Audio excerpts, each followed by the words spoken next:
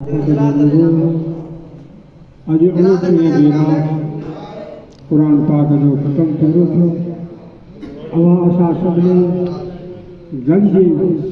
ख़ुदा जे घर में बैत रबीअ में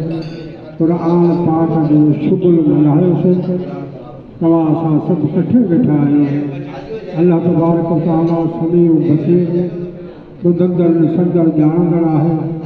पर अवां असांजो अक़ीदो आहे त असांजो महबूब करीम सल्लल्लाहु अलैहि वसल्लम जी ज़िंदह हयात नबी आहे। तव्हां असांजे महफ़िल खे, तव्हां असांजे उथण खे विहण खे ॾिसनि था, ॿुधनि था। उन सां गॾोगॾु अल्लाह ताला क़ुरान पाक खे बि रहमत वारो क़ुरान पाक सॼो आहे। अल्लाह जी रहमत बि वॾी, महबूब जी रहमत बि वमा अरसलनाका इल्ला रहमतन लिल आलमीन। कुरान पाक बि वनज़्ज़िलु मिनल क़ुरआन मा हुव शिफ़ाअन व रहमतुल लिल मुमिनीन। अल्लाह ताला मोमिन जे वास्ते हिन क़ुरान पाक खे मुंहिंजा दोस्तो इहो हिकु अजीब मौजूदो आहे मुंहिंजे महबूब पाक सल्लल्लाहु अलैहि वसल्लम जो असां त टे हज़ारे नबी करीम सल्लल्लाहु अलैहि वसल्लम जा मौजूदा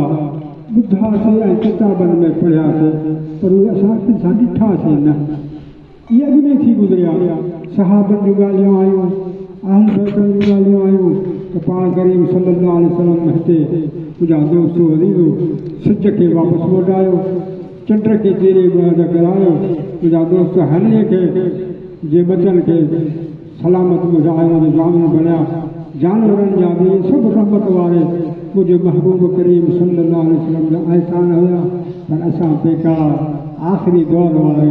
15वीं सदीअ वारनि मोमिननि जे मथां बि इहो महबूब जो असां मौजूदो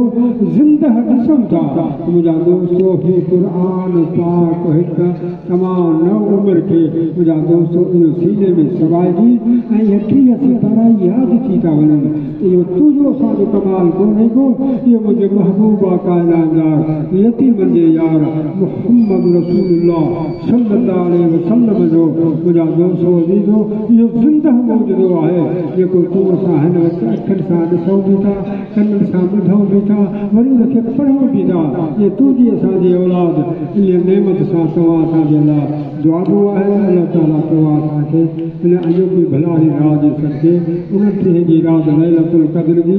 आख़िरी राति आहे। तव्हां ॻाल्हि खे विसारियो न, पंहिंजे घरनि में वञो, कमाल खे रोई पाॾाए उन खां ई घुरणो आहे। वसीलो महबूब जो विझणो आहे। करीम महबूब जे सदिके रब करीम असांजूं दुआऊं सभु क़बूल फरमाईंदो। तव्हां असांजे औलाद खे बि चओ, असां तव्हांजे औलाद खे बि ऐं सभु नेमतूं अता फरमाया जहिड़ी अॼु मोहम्मद अंस खे रब करीम अता कई आहे। जो इहे 30 सिपारा हिन मुसल्ले मुबारक ते बि मुंहिंजा दोस्त ॻोठ राहूजा खे, हिन सॼी जमायत खे मुंहिंजा दोस्त अल्लाह खां वठी वनास ताईं इहो क़ुरान पाक ॿुधायो ऐं अॼोकी आख़िरी दुआ जे लाइ अवां असां सभु इकठे थिया आहियूं। रब करीम अवां असांजा दुनिया में आख़िरी सभु मतिलब पूरा फरमाईंदो ऐं अमल करण जी तौफ़ीक़ अता फरमाईंदो। इहा तव्हांजी घणे वक़्तु मसरूफ़ करण जी ज़रूरत कान्हे का। तव्हां थोरनि लफ़्ज़नि में इन ॻाल्हि खे सम्झी सघंदव कि अल्लाह जो अहसान मुंहिंजे मुर्शिद जे सदिके हिन ॻोठ जे मथां अता थियो आहे। हिकिड़ो हाफ़िज़ सुहेल अहमद पुटु अल्ताफ़ अहमद, ॿियो शुएब अहमद पुटु मोहम्मद पनाह मरी, रोशन अली पुटु अब्दुल गुलाम कादिर राहूजो, मुंहिंजा दोस्त ताहिर जेको असांजो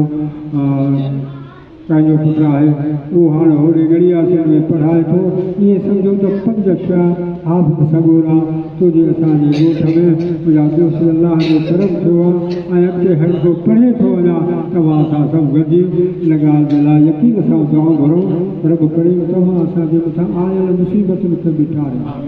सभिनी जे मथां रहम फरमाए, बीमारनि खे शफ़ा कामिला आजिला अता फरमाए। मुझा दोस्तों जिनके कहीं खौफ हमारे रब करीम का खौफ लाए रब करीम तव्हां असांजी सभु उमेदां पूरी फरमाए सभ खां अव्वल घणी वॾी ॻाल्हि त इहा जो असांजी दुनिया मज़ा ईमान सां ख़ात्मो थिए दोस्तों मरणो त हर हिक खे आहे पर जेकॾहिं मुस्लमान थी मरे त कहिड़ो मज़ो आहे जो हुनजे लाइ क़ब्र बि शौक़ारो बणिजी पवंदी आहे इहा क़ब्र जन्नत जे बाग़नि मां हिकु बाग़ीचो बणिजी पवंदी आहे पर ज़ालिम जे लाइ इहा मुंहिंजा दोस्तों दीन क़ब्र जेका आहे त जहन्नम जे ॻड़नि मां हिकु वॾो ॻड़ो थी पवंदो आहे रब करीम असांखे महबूब जे सदके रहमत वारे महबूब जे सदके कलमो नसीब फरमाए दर गुज़र भली ठाहे सघंदा कंहिंसां भलाई करणु भली शइ सघंदा कंहिंजे कम अचणु भली शइ सघंदा इहो तव्हां असां मुस्लमाननि जो कमु आहे ईमान वारनि जो कमु आहे महबूब पाक सल्लल्लाहु अलैहि वसल्लम जे जेकॾहिं इहे माफ़ी करण खे ॾिसो मुंहिंजा दोस्त सॼे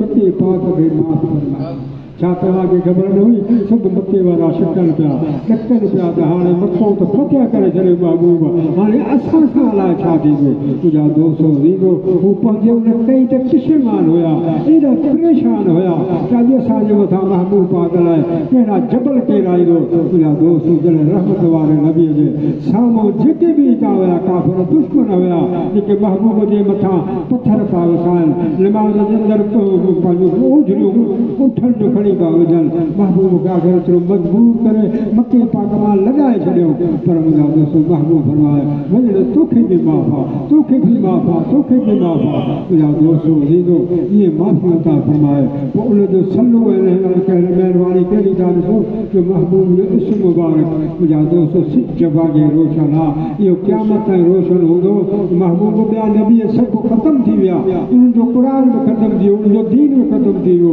उनजो इस्लाम बि महबूब तुंहिंजो इस्लाम बि दीन बि तुंहिंजो कलमो बि इहो तुंहिंजो क़ुर किताब बि जेको आहे सो इहो क़यामत ताईं क़ाइमु हूंदो इहे मुस्लमान क़ुर पाक खे पढ़ी फ़ैज़ वठंदा हासिल कंदा मुंहिंजा दोस्त हिन खां तव्हां दोस्तनि खे इहा गुज़ारिश आहे त पक्का सचा नमाज़ी बणिजी पोइ मुंहिंजा दोस्त पंहिंजे दिलि जे अंदरि मुहबत पैदा कयो इहा असांजे महबूब सोणे करीम सल्लल्लाहु अलैहि वसल्लम जो हुकुम आहे मुहबत त अहिड़ी शइ आहे तव्हांजे हिन सिंध में लामियारो अल्लाह जो वली मिट धणी रहमतुल्लाह अलैहि फरमाए थो त महबत पाए मन में रंगा रोड़िया जन तन जो सरा फन ॻाए पर चाहे तो पाए चित में सनो कटियो जन तन जो सरा फन दुखो ई दाख़िल न कयो दोस्तो इहे सभु ॻाल्हियूं सुठी करे तव्हां हिकु पक्का सचा मोमिन बणिजी अल्लाह जे घर में अचो हिते हिकु ॿिए खे दर गुज़र कयो माफ़ी कयो पोइ ॾिसो त कहिड़ा मज़ा था थियनि पोइ तुंहिंजो असांजो ॻोठ जेको आहे न सॼो जन्नत बणिजी वेंदी हा जन्नत में मज़ा हूंदा आहिनि हाणे दोस्तनि खे जमात खे इहो अर्ज़ु कंदुसि त तव्हां असां सभु उथी अचो त हाफ़िज़ साहिब खे मुबारक बि ॾियूं ऐं ॻले बि मिलूं हाफ़िज़ साहिब सां मिलणु जेको आहे सो बाइस रहमत आहे इंशा अल्लाह ताला पोइ सभ खां पोइ हाफ़िज़ साहिब खां में दुआ घुराईंदासीं तव्हां फ़क़ीर सदाईं दुआ घुरे थो मुंहिंजा मिठा इंशा अल्लाह ताला दुआऊं थींदियूं रहंदियूं रब करीम तव्हां असांखे इन अल्लाह जे क़ुर पाक जे सदके वसीले या दोस्तो इहे सभु रहमत